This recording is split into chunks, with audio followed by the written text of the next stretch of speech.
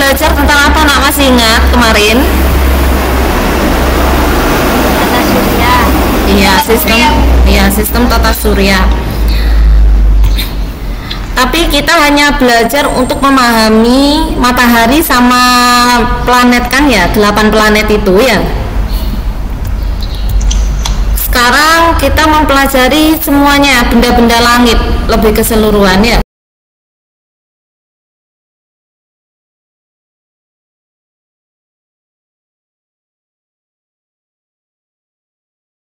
Kita akan mengenali matahari. Apa yang kalian bayangkan saat mendengar kata matahari? Panas, cahaya, besar, atau bersinar? Ya, matahari adalah bintang yang berupa bola gas panas dan bercahaya yang menjadi pusat tata surya. Tanpa adanya matahari, tidak akan ada kehidupan di bumi. Matahari memiliki 4 lapisan: inti matahari, fotosfer, kromosfer, korona. Inti matahari memiliki suhu yang sangat tinggi, yang cukup untuk mempertahankan fusi termonuklir yang berfungsi sebagai sumber energi matahari. Fotosfer. Melalui fotosfer, sebagian besar radiasi matahari keluar dan terdeteksi sebagai sinar matahari yang kita amati di bumi. Kromosfer. Apakah kalian pernah menyaksikan fenomena gerhana matahari? Kromosfer dapat kita lihat ketika gerhana matahari yang berbentuk seperti gelang merah yang mengelilingi bulan. Korona. Korona merupakan lapisan terluar matahari yang dihasilkan dari ionisasi atom karena suhunya yang sangat tinggi. Korona terlihat seperti mahkota yang mengelilingi bulan ketika gerhana matahari. Di antara inti dan fotosfer, energi berpindah secara radiasi dan konveksi. Daerah tersebut adalah daerah radiasi dan daerah konveksi. Bagaimana cara mengingat lapisan-lapisan matahari tersebut? Sangatlah mudah. Dengan mengingat kata infokrona, lapisan-lapisan matahari akan dengan mudah untuk diingat. Inti matahari, fotosfer, kromosfer, korona, infokrona. Matahari si pusat tata surya sudah kita kenali. Selanjutnya kita akan mengenali 8 planet yang ada di tata surya kita.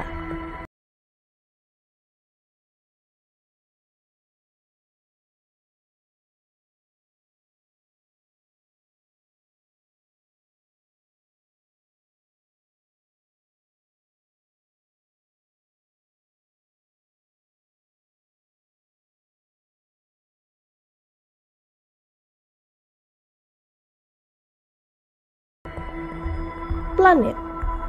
Benda apakah itu? Planet adalah benda langit yang tidak dapat memancarkan cahaya sendiri yang berotasi dan berevolusi mengelilingi matahari. Berdasarkan lintasan asteroid, planet-planet dikelompokkan menjadi 2, planet dalam dan planet luar.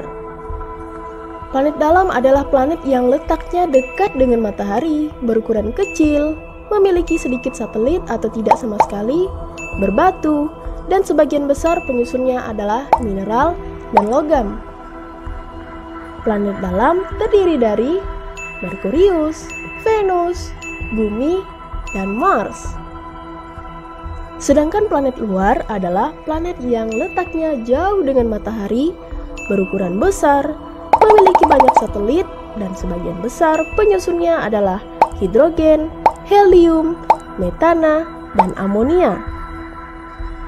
Planet luar terdiri atas Jupiter, Saturnus, Uranus, dan Neptunus. Kita mulai dari planet yang terdekat dengan matahari. Merkurius. Merkurius adalah planet pertama yang terdekat dengan matahari. Merkurius merupakan planet paling kecil di antara planet-planet lainnya. Mirip dengan bulan, Merkurius mempunyai banyak kawah, tidak memiliki satelit serta atmosfer. Planet kedua adalah Venus. Apakah kalian pernah mendengar istilah bintang kejora? Ya, dia adalah Venus, planet yang paling terang yang dapat dilihat dari bumi. Karena ukuran dan masanya yang mirip dengan bumi, planet ini sering dijuluki saudara kembar bumi. Planet yang ketiga adalah planet tempat tinggal jutaan makhluk hidup termasuk manusia, Bumi. Satu-satunya planet yang memiliki kehidupan hingga saat ini. Bumi sering disebut planet biru karena berwarna biru saat dilihat dari angkasa. Bumi memiliki satu satelit alami, yaitu bulan. Berikutnya adalah Mars, planet yang sering dijuluki planet merah. Terlihat seperti planet yang panas, bukan? Nyatanya dia tidak panas seperti yang kita lihat dan bayangkan. Walaupun dia planet yang merah, planet ini adalah planet yang dingin. Mars memiliki dua satelit alami, Phobos dan Deimos. Planet selanjutnya adalah planet yang sangat-sangat besar. Ya, dia adalah Jupiter, planet yang paling besar di tata surya. Planet ini terkenal dengan bintik merah raksasanya. Bintik apakah itu? Bintik tersebut adalah badai besar yang berlangsung berabad-abad lamanya. Saat ini terdapat 79 satelit Jupiter yang diketahui, yang menjadikan Jupiter sebagai planet yang memiliki satelit alami terbanyak di tata surya. Planet yang keenam adalah Saturnus, planet yang paling menarik dalam tata surya yang dikenal planet bercincin. Cincin ini masih diperkirakan terbentuk dari bongkahan-bongkahan es meteorit. Planet Saturnus merupakan planet yang paling ringan, karena sebagian tubuhnya tersusun oleh gas. Berikutnya dua planet terakhir di tata surya, Uranus dan Neptunus. Apakah kalian tahu? Mereka juga memiliki cincin planet seperti Saturnus, walaupun tidak sekokoh cincin Saturnus. Dua planet ini dijuluki raksasa es, karena suhu permukaannya yang sangat-sangat dingin. Namun jika dibandingkan, Uranus lebih dingin daripada Neptunus. Uranus adalah planet ketujuh yang merupakan planet terdingin di tata surya. Suhu terendah di Uranus bisa mencapai minus 224 derajat Celcius.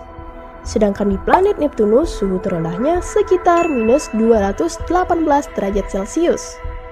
Neptunus adalah planet yang paling jauh dari matahari, atau planet ke-8 dalam tata surya. Neptunus terdapat titik gelap besar yang mirip dengan titik merah raksasa di Jupiter. Titik gelap tersebut diakibatkan oleh angin yang sangat-sangat kencang. Bagian dalam Neptunus mirip dengan Uranus, yang sebagian besar terdiri atas es dan bebatuan.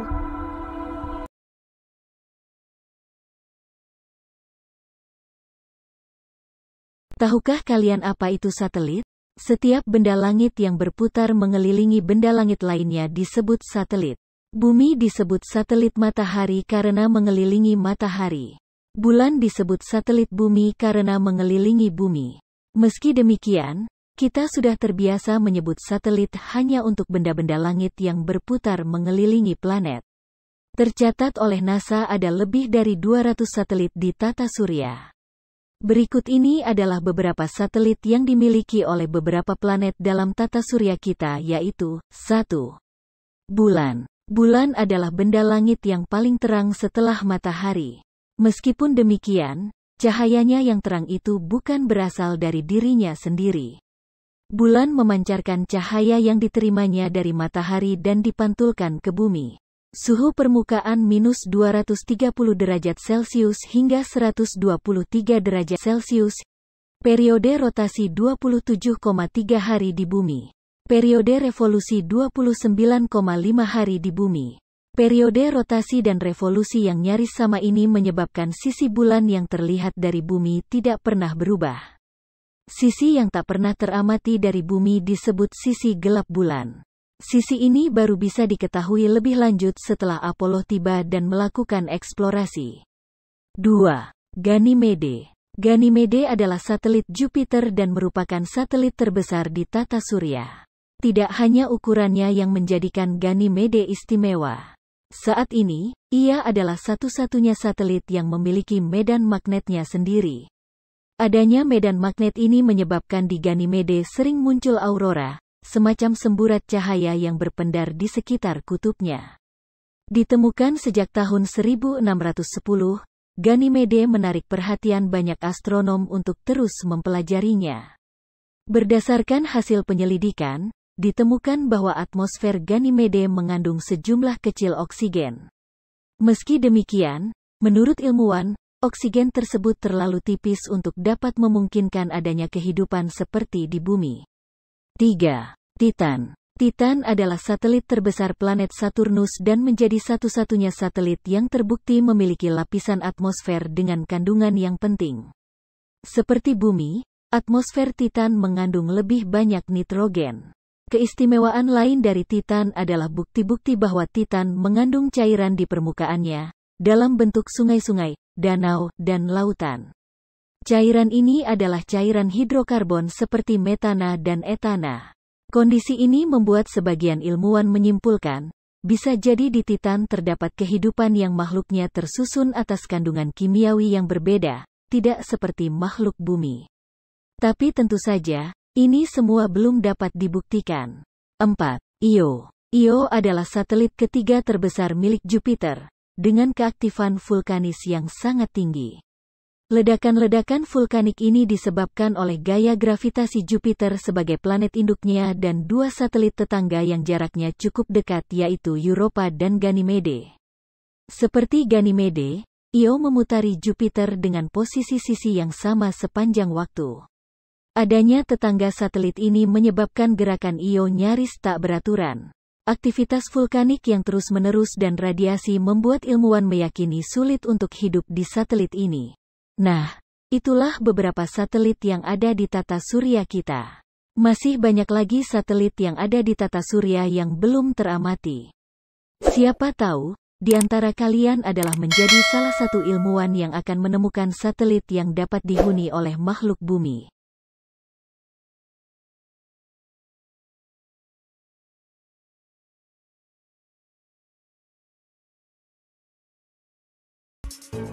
Mungkin jika tidak ada satelit komunikasi, Anda akan kesulitan untuk berkomunikasi jarak jauh.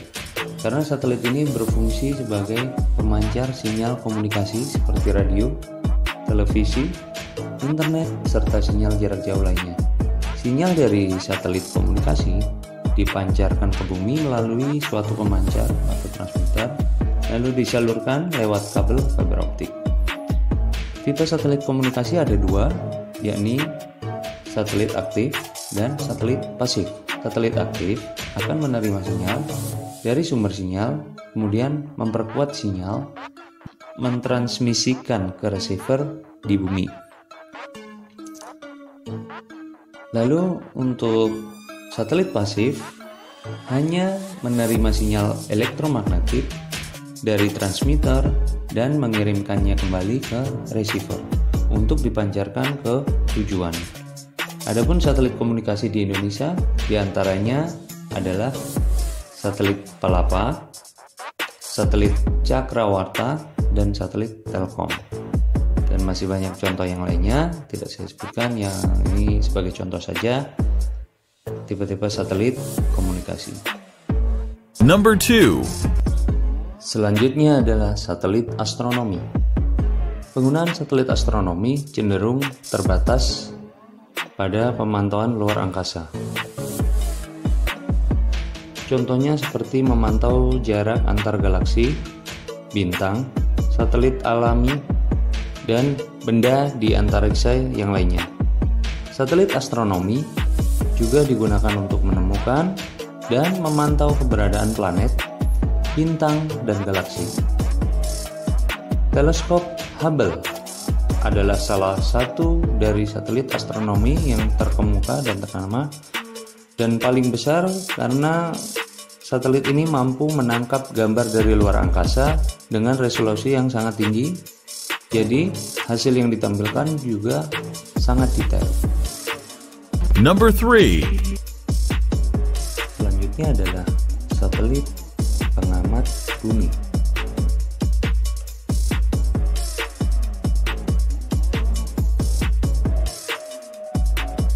Satelit pengamat bumi adalah satelit yang dirancang khusus untuk mengamati bumi dari orbit.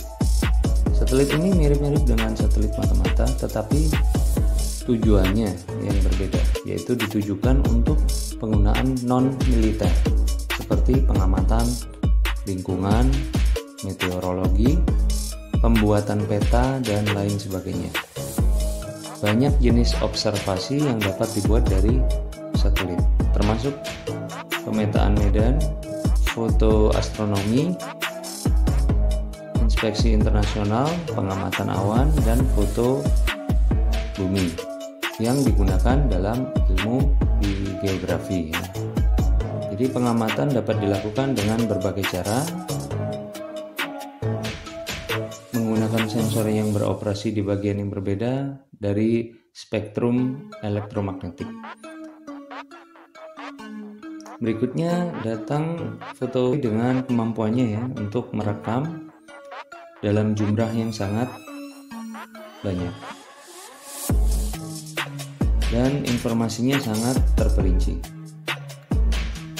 Number 4. Selanjutnya adalah satelit mata-mata. Mata-mata atau satelit pengintai secara resmi disebut satelit pemantau. Satelit ini mirip dengan satelit pemantau bumi, tetapi yang berbeda hanya tujuannya. Ini digunakan untuk tujuan militer, untuk intelijen, untuk mengamati target yang akan dituju. Biasanya satelit ini adalah pada dasarnya teleskop bintang yang diarahkan ke bumi, dan bukan diarahkan ke bintang tapi dibalik, diarahkan ke bumi. Kemudian ini mampu mengambil gambar dan juga mendownload gambar-gambar tersebut melalui saluran radio yang sudah dienkripsi, tentu saja dengan pengkodean yang khusus. Jadi tidak dapat langsung di-download, tapi perlu enkripsi khususnya. Jadi karena ini tujuan militer, jadi rahasia, jadi harus dienkripsikan dulu agar dapat mengakses data yang ada di satelit tersebut.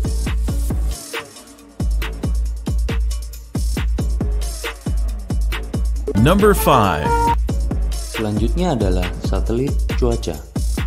Seperti namanya, satelit cuaca bertujuan untuk mengetahui kondisi cuaca dan iklim di bumi. Satelit cuaca juga disebut sebagai satelit meteorologi. Satelit ini pertama kali diluncurkan di 1959. Di antaranya adalah THEROS 1. Informasi yang tersimpan di satelit cuaca menjadi acuan bagi Badan Meteorologi untuk memprediksi cuaca. Satelit ini dilengkapi dengan radiometer sebagai pemantau titik panas. Selain itu, satelit cuaca juga dapat menginformasikan massa awan. Dengan begitu, para ahli meteorologi bisa memprediksi curah hujan, termasuk badai yang masuk kategori berbahaya seperti badai hurricane dan badai siklon tropis berdasarkan data-data tersebut. Number 6. Selanjutnya adalah satelit tenaga surya.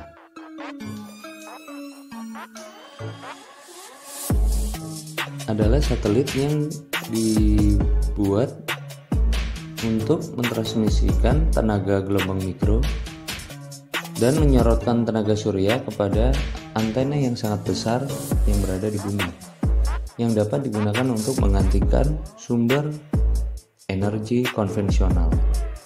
Jadi menggunakan tenaga surya yang diarahkan ke bumi. Itulah fungsi dari satelit tenaga surya.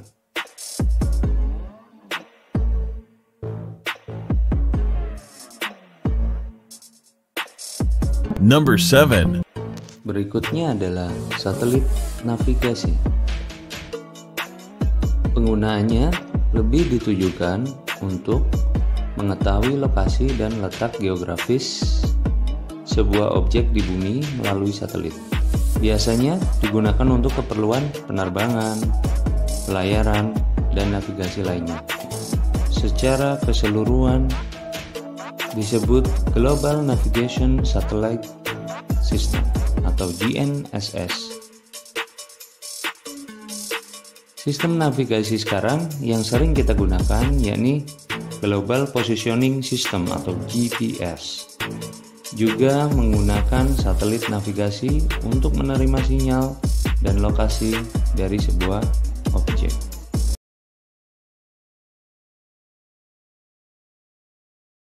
Ada planet kerdil. Selain 8 planet yang sudah dipelajari di video sebelumnya, ada juga yang dikategorikan sebagai planet kerdil. Salah satu contoh planet kerdil adalah Pluto. Secara umum, planet kerdil memang memiliki banyak kemiripan dengan planet biasa. Keduanya sama-sama mengelilingi matahari. Keduanya juga memiliki gaya gravitasinya sendiri. Hal ini yang membedakan adalah pada planet kerdil, gaya gravitasi ini tidak cukup besar untuk menjaga kestabilan bentuknya. Gaya gravitasi yang kurang kuat ini juga yang menyebabkan orbit planet kerdil tidak benar-benar bersih dari benda-benda langit lainnya. Bahkan pada kasus Pluto, ia mempunyai satelit yang ukurannya lebih besar dan memiliki gaya gravitasi yang kuat, sehingga menyebabkan Pluto sering terganggu dan mudah goyah. Mungkin rasanya sama saat kendaraan yang kita tumpangi disusul oleh kendaraan yang jauh lebih besar dengan kecepatan tinggi. Pluto adalah benda langit yang mencuri perhatian. Pernah dianggap planet untuk waktu yang cukup lama, tetapi ilmuwan yang melakukan penyelidikan intensif menyadari ada perbedaan antara Pluto dengan ke-8 planet lainnya di tata surya. Selain itu, planet kerdil ini juga memiliki fisik yang menarik, yaitu satelit-satelit yang berputar-putar, gunung-gunung yang tinggi, serta salju yang berwarna merah. Posisinya yang begitu jauh dari matahari setara dengan 40 kali jarak matahari ke bumi. Pluto terletak di sebuah area yang disebut Sabuk Kuiper. Sabuk Kuiper itu sendiri dimulai dari Neptunus, sehingga benda-benda langit yang berada di daerah ini juga disebut sebagai objek Transneptunus. Planet kerdil yang kedua yaitu Ceres. Kalau Pluto terletak di antara Sabuk Kuiper, Ceres yang dulunya dimasukkan dalam golongan asteroid ini tinggal di sabuk asteroid. Sabuk asteroid terletak di antara Mars dan Jupiter. Ceres adalah objek terbesar di sabuk asteroid. Bahkan dibandingkan dengan asteroid lainnya, ukuran Ceres memang jauh berbeda. Itu pula yang menjadi salah satu penyebab mengapa Ceres berganti status menjadi planet kerdil. Meski belum terbukti memiliki lapisan atmosfer di permukaannya, ilmuwan masih menimbang kemungkinan Ceres berpotensi dapat menopang kehidupan. Pertimbangan ini dikarenakan adanya temuan bahwa di Ceres terdapat air. Haumea, satu lagi benda langit yang unik. Mari kita berkenalan dengan Haumea. Planet kerdil ini berbentuk oval, tidak bulat seperti kebanyakan planet. Haumea juga termasuk dalam objek Transneptunus dan memiliki 2 satelit yang berputar mengelilinginya, yaitu Namaka dan Hayaika. Bentuknya yang oval disebabkan oleh gerak rotasinya yang sangat cepat. Pengetahuan tentang Haumea masih sangat terbatas. Ilmuwan masih terus berusaha menyelidikinya. Sejauh ini yang diketahui adalah suhu permukaannya yang sangat ekstrim dinginnya. Haumea juga tidak memiliki medan magnetik sendiri. Selain itu, Haumea juga ditemukan ternyata memiliki cincin. Yang selanjutnya ada Makemake, berlokasi yang sama dengan Pluto, Haumea, dan Eris. Makemake adalah objek paling terang kedua di Sabuk Kuiper setelah Pluto. Penemuan Makemake dan Eris lah yang membuat ilmuwan kembali mempertimbangkan ulang mengenai syarat benda langit yang disebut planet, hingga terciptalah istilah planet kerdil. Letaknya yang sangat jauh dari bumi menyebabkan pengamatan pada bentuk fisik permukaan Makemake masih cukup sulit dilakukan. Dari jauh, terlihat warna make seperti Pluto, merah kecoklatan. Ilmuwan juga menemukan metana dan etana beku di permukaannya. Planet kerdil yang kelima yaitu Eris. Ukuran Eris yang sedikit lebih besar dari Pluto menyebabkan astronom berdebat mengenai definisi planet. Permukaannya juga mirip seperti Pluto, berbatu-batu.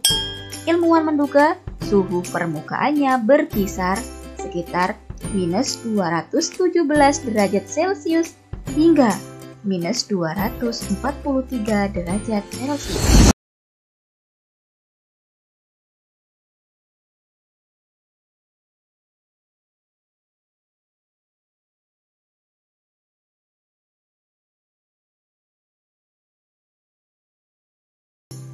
Memiliki nama lain yaitu planet minor atau planetoid.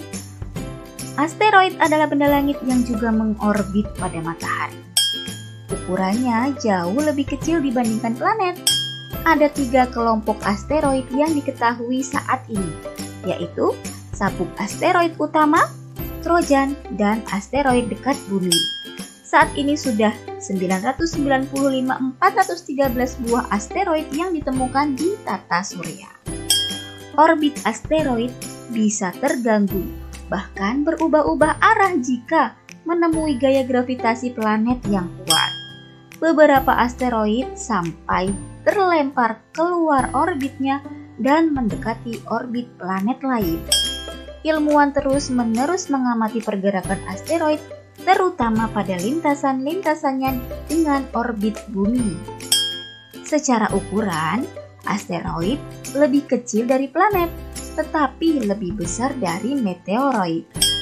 Asteroid juga berbeda dengan komet. Salah satu asteroid yang menarik untuk diamati adalah 243, Haida, dan 4 Vesta. Asteroid adalah potongan-potongan batu yang mirip dengan materi penyusun planet. Ada jutaan asteroid yang umumnya terdapat di bagian dalam tata surya. Mayoritas asteroid yang telah diketahui mengorbit pada sabuk asteroid di antara orbit Mars dan Jupiter. Singkatnya, asteroid yang pertama kali ditemukan adalah Ceres pada tahun 1801 oleh Giuseppe Piazzi. Ya, dan pada awalnya menjadi pertimbangan sebagai planet baru. Istilah asteroid ini diusulkan Sir William Herschel yang berasal dari bahasa Yunani, asteroides, yang berarti seperti bintang atau berbentuk bintang. Karena pada penemuan saat itu terlihat sebagai titik-titik cahaya seperti bintang. Wih, benda apa itu? Ternyata dia adalah komet. Komet adalah benda langit yang mengelilingi matahari dengan orbit yang sangat lonjong. Istilah komet berasal dari bahasa Yunani, kometes, yang berarti berambut panjang. Komet ini terdiri dari debu, partikel batu yang bercampur dengan es, metana, dan amonia. Oke, mari kita lihat lebih dekat seperti apa komet ini. Pada komet terdapat beberapa bagian, inti komet, koma, dan ekor komet. Inti komet merupakan bahan yang padat, diameternya mencapai beberapa kilometer. Inti komet ini tersusun dari debu dan gas yang beku. Koma. Bukan koma yang seperti ini. Jadi gini, saat komet mendekati matahari, inti komet menyublim dan membentuk kabut gas dan debu di sekeliling inti komet. Itulah yang disebut koma. Semakin dekat komet ke matahari, gas yang terbentuk semakin banyak. Partikel-partikel pada komet terdorong dari inti oleh angin matahari. Itulah yang disebut ekor komet. Panjang ekor komet bisa mencapai jutaan kilometer. Arah ekor komet selalu menjauhi matahari. Mengapa demikian? Ya, karena dorongan dari tekanan radiasi dan angin matahari, bukan karena ekor komet takut matahari.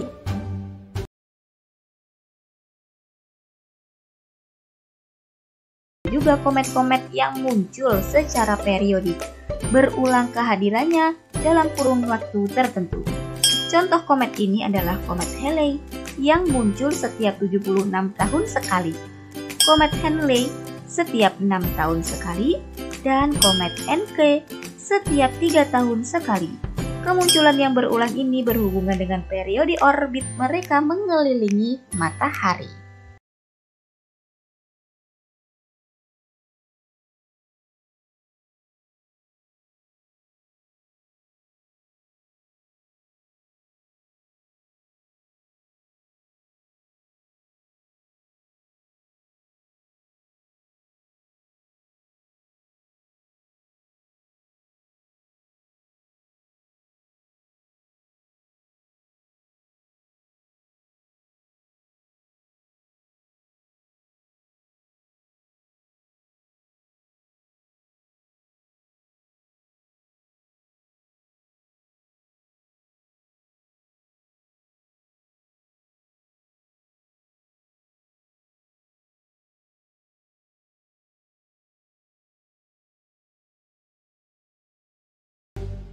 Dan ini adalah meteoroid.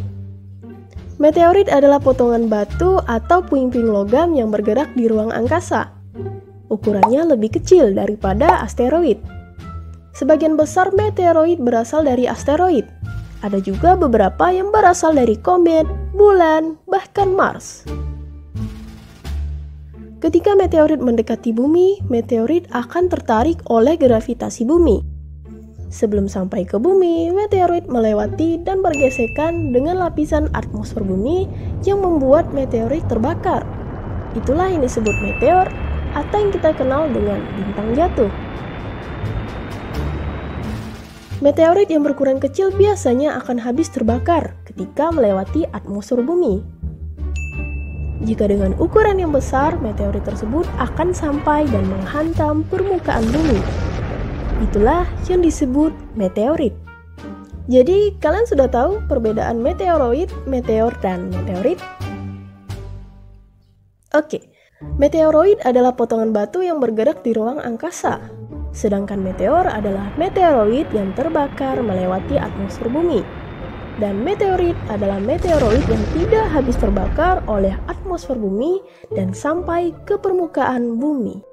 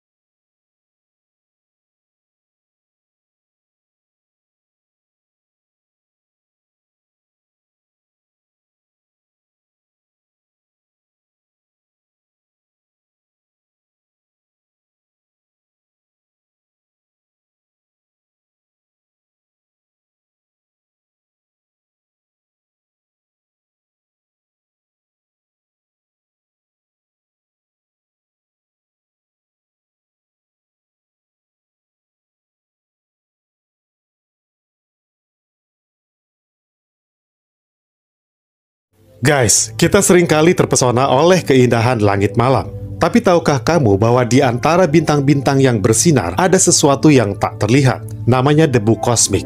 Debu ini bukanlah debu biasa, melainkan partikel-partikel kecil yang melayang di angkasa. Ukurannya sangat kecil, bahkan lebih kecil dari lebar rambut kita.